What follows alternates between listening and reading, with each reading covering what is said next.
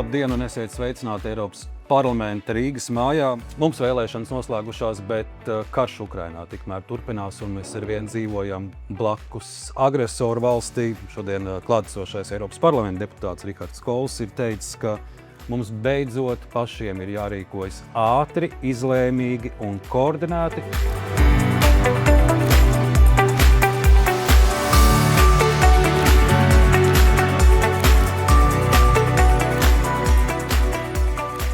Jā, mani galvenie secinājumi šodien tiekoties ar nozares spēlētājiem, aizsardzības industriju, zinātniekiem, pētniekiem, akadēmisko korpusu, lai runātu tieši par aizsardzības industriju, aizsardzības spēju stiprināšanu Eiropas Savienībā, sniedzot tās iespējas, kas nāk caur Eiropas Savienības fondiem.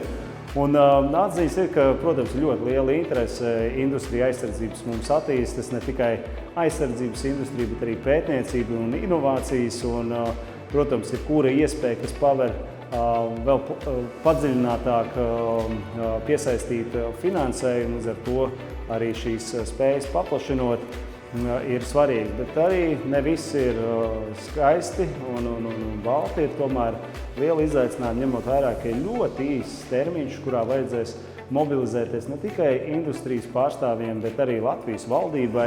Jā, Eiropas parlamenta deputāti, mēs komunicējam par to, kādu zaļo gaisu mēs panākam, vienojamies ar Eiropas komisiju, bet nesnaust vajadzētu Latvijas valdībai, kurai jau pat līdz šī gada beigām ir jāuzsāk ne tikai dialogs, bet jāpabeidz dialogs ar aizsardzības industriju, lai abas jomas ir uz vienas lapas un tie līdzekļi, kas Latvijai parādīsies tagad pārdales procesā, būtu efektīvi izmantot un ieguldīt.